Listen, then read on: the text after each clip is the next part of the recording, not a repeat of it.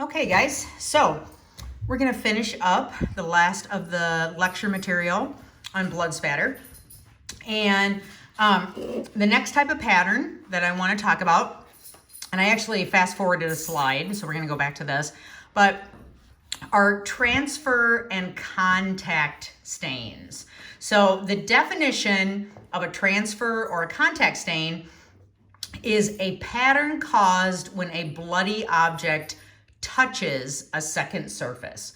Okay, so this is different from cast-off spatter. So remember, cast-off spatter is when you had a blood-covered weapon or a fist, and then as that weapon is pulled back in between blows, the blood flies off of it onto, a ceiling or a wall or, whatever the surface may be. Contact and transfer patterns differ because, yes, you have an object with blood on it, but then that object is going to touch something else. So the blood is not being flung off of it, which produces spatter. It's actually touching another surface. So some examples of this would be fingerprints left in blood. If someone has walked through blood and then they're leaving bloody footprints. Let's say someone stabbed someone to death and then they set the knife down on, a towel or a tablecloth, something like that. It can be fabric patterns. So these patterns can be really helpful because they can potentially show the movement of an object. And also you can tell directionality because the patterns are going to get lighter. For example, footwear patterns, as the person's walking away, they're going to lose some of that blood with each step that they take. And so you can tell directionality, which even if you don't, have the entire footwear pattern, you can still be able to tell, which direction the person is moving.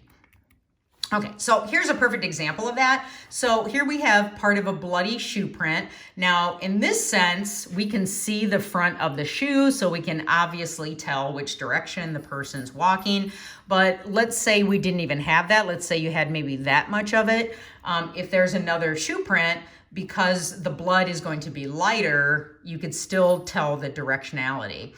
The other thing I want to point out about this, which, you may look at that and say, well, we can't tell very much from that because, we don't have very much of the shoe pattern. I just want to point out that when you look at this, so like everywhere you see a part where it's kind of lighter, that could be some kind of defect, from wear and tear on the shoe. Maybe maybe a pebble is stuck in the tread of the shoe. So you don't have to have very much of a shoe print to be able to do a future comparison, to say a suspect shoe, if you're able to get that, at a later date.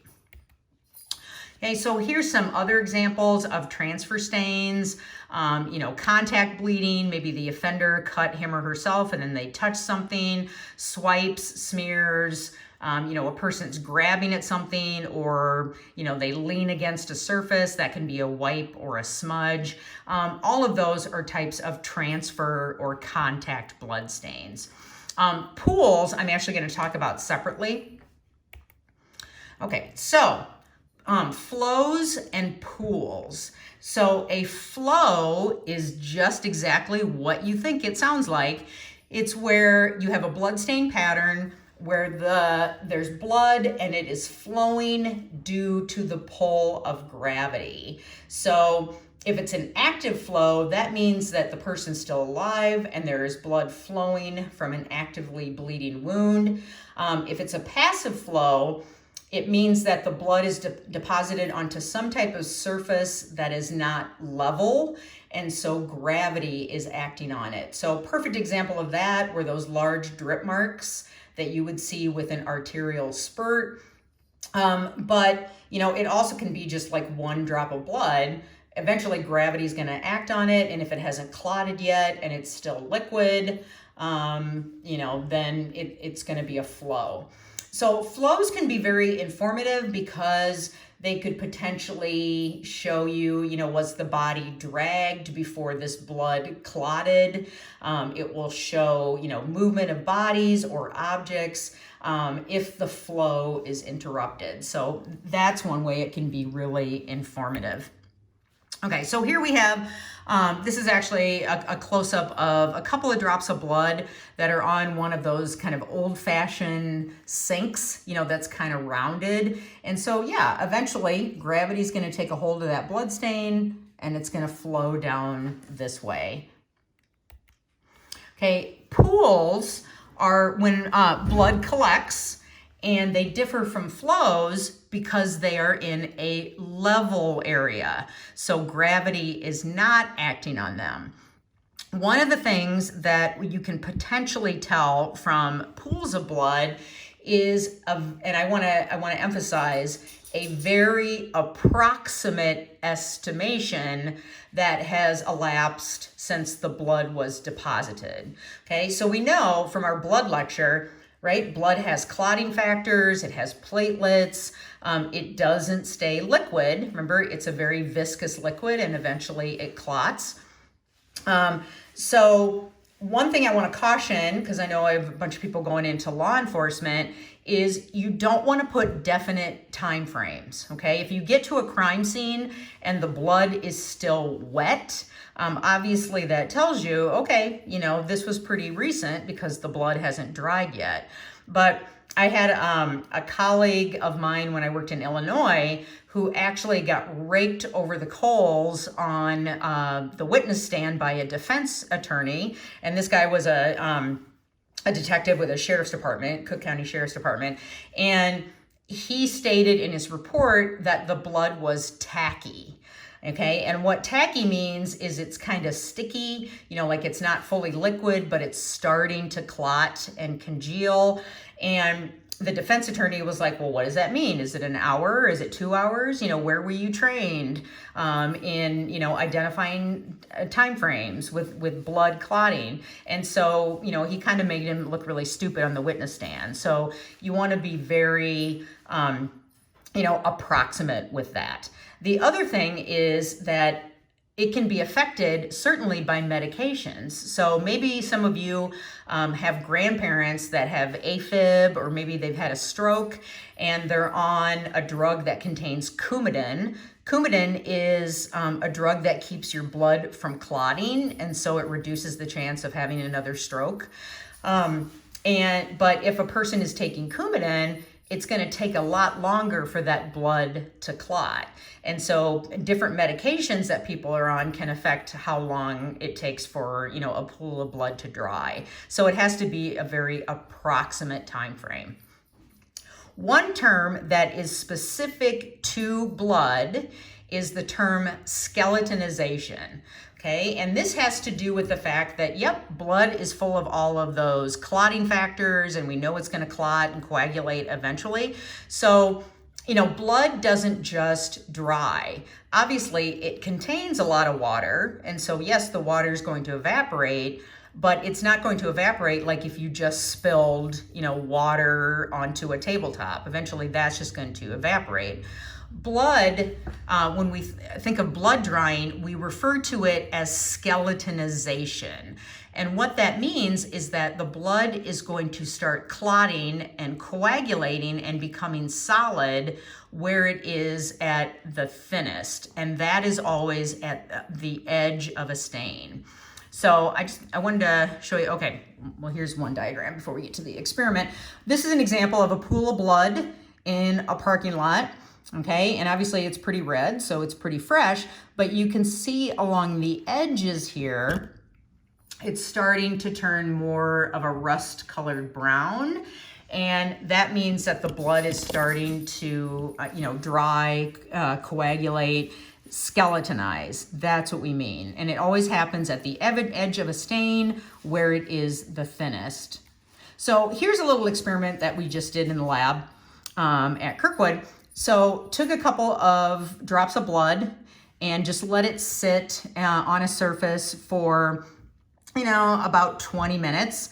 And then I took a paper towel that I would just wet with water, and I rubbed as hard as I could to try to clean up those blood stains. And you can see I was able to clean up the middle where it was still liquid, but the edges remained, okay? And so that's what we refer to as skeletonization. It means that the blood is clotting and coagulating. The other thing I want you to realize, and this is just kind of general crime scene stuff, it is really, really hard, virtually impossible for, the bad guys to clean up every little bit of blood from a crime scene. And it's because, blood is a liquid, so it's going to seep into little teeny tiny cracks and under floorboards and places where, even if you're taking paper towels and you have bleach on it, you're trying to wipe everything up, there's still probably going to be some blood left at that crime scene.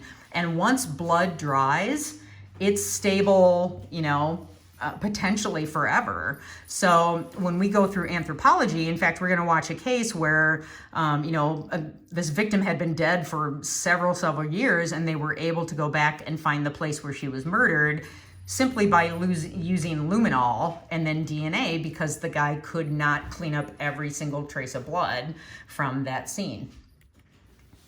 Okay.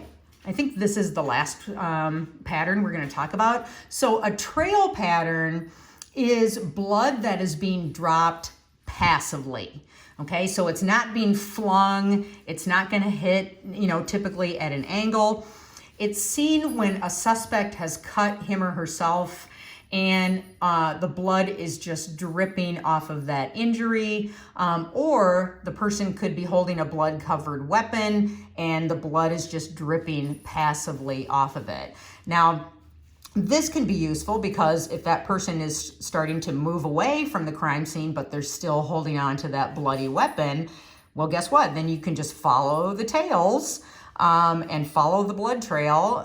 So, it could lead you to a discarded weapon. Sometimes it can lead you to the bad guy or bad girl themselves, because remember, most homicides occur because they are impulse crimes. And a lot of times the person who, did the killing is in shock too. It wasn't a planned event. And so sometimes follow that blood trail, it's going to lead you right to that person who committed the crime, and they're holding the weapon and they're, in shock, basically. Okay, so that would be an example. You have blood on a weapon and it is dripping passively, not being flung like in cast-off spatter. That's what we refer to as a trail pattern. Yay. Okay, so I just want to show you one more photograph. I know I showed this in class, but, I just want to mention that when I was asked to look at really bloody crime scenes as a DNA person, I'm not trained as a blood spatter person, and God love them, because, when things are bloody, scenes tend to be really bloody, and the fact that they can go in and be able to pick apart those patterns is just amazing to me. So I have it a little easier because what I'm doing is looking for things that don't fit in. And so I want to show you a perfect example of that. This is from the greatest crime scene screw up in American history, which was the O.J. Simpson case. But what I want to show you is an actual crime scene photo. And this is, I know you guys were youngins, but O.J. Simpson was actually acquitted of killing his ex-wife, Nicole Brown Simpson, and her companion, Ronald Goldman. Okay, so this is a photograph from the crime scene, and you'll see Nicole Simpson, she's basically decapitated. The stab wounds in her basically went all the way down to her spine. That's indicative of overkill and a rage killing, first of all. But the important thing is I'm going to show you what would have been really nice to have had from a DNA standpoint. Okay, and just warning, yeah, this is an actual crime scene photo, and it is graphic. Okay, where are you? Come on. There we go. Okay, so when we're looking at this, so this is Nicole Brown Simpson, and obviously what should stand out right away is that's a lot of blood, okay? She, you know, pretty much lost her entire blood volume. And so, you know, we see pooling of blood. It looks like we could have some pattern evidence over here. We have some spatter up here, but I mean, just look at the sheer volume of blood. So as a DNA person, I don't need to do DNA on that, okay? We know that potentially, that's, you know, most likely going to be Nicole Simpson's blood. However, what is interesting to me is if you look at these clusters of stains that are on the shoulder, okay, so if you look at these, what is the basic shape of those stains? To me, they look round or circular. And remember, a round or circular stain indicates that that is blood that is being dropped passively from directly above. So to me, that indicates that someone was standing over her, and whether he or she is holding the weapon and it's dripping Nicole's own blood onto her shoulder, or remember, one of the big, you know, pieces of evidence that was in that case was the fact that OJ had cut himself. So, you know, could that have been his blood that was dripping from a cut on his hand, or the blood of the offender? You know, if it wasn't him, which it was. Yeah, absolutely. The problem is, okay, this photograph was taken and then that blood was never collected. Okay, so all they had to do was take a sterile swab, wet it with a little bit of water, collect that blood stain after photographing it, you know, having a ruler by it to show how, you know, the size of it, and then collect it and do DNA on it. But what did they do? They took this photo and then they flipped Nicole over and put her in a body bag, and that evidence was lost forever. So, you know, that's an example of, as a DNA person, I'm looking for things that don't fit in. I don't need to do DNA on gigantic pools of blood from the victim. Okay, so yay. We've completed both of the PowerPoints. So in those PowerPoints are all of the information that you need to complete that 35-point homework assignment. Also, please, I'm begging you, simply because I don't have access to you know, a printer that can kick out a whole bunch of copies. That's why I'm asking you to please don't send me JPEGs of handwritten assignments. Please take the time to type your answers in and then submit them to the Dropbox as one single document. It simply just makes it so much easier to grade. And if I have to use my old creaky printer upstairs, it's going to use a lot less paper, and I would appreciate that. Also, please remember to type your name on your assignment, because everyone is going to be submitting theirs electronically. So it's going to be a bunch of assignments for me to have to track. So I would really appreciate that. Okay, so on Talon, I'm also going to post some short YouTube videos that I had shown in class that kind of give you some basic information about blood spatter too, like, you know, how the area of convergence and origin works. They're super short, but, you know, watch them if you think they'll be helpful. Okay, that's about it. All right, I'll be in touch. All right, bye.